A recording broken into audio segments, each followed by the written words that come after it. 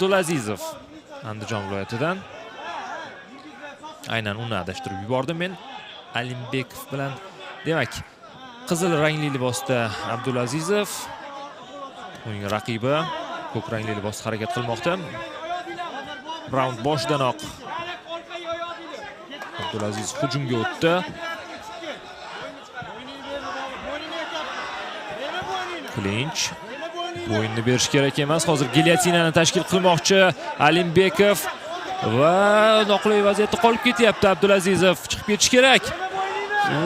Hozir bo'yin qolib ketdi qo'lining tagida. Chiqib ketish kerak hozir. Bobur. Bo'ldi. Afsus. Yo'q. G'alabalar va mag'lubiyatlar yonma-yon yuradi. Keyingisi uchun albatta keyingi janglar uchun bu saboq bo'ladi.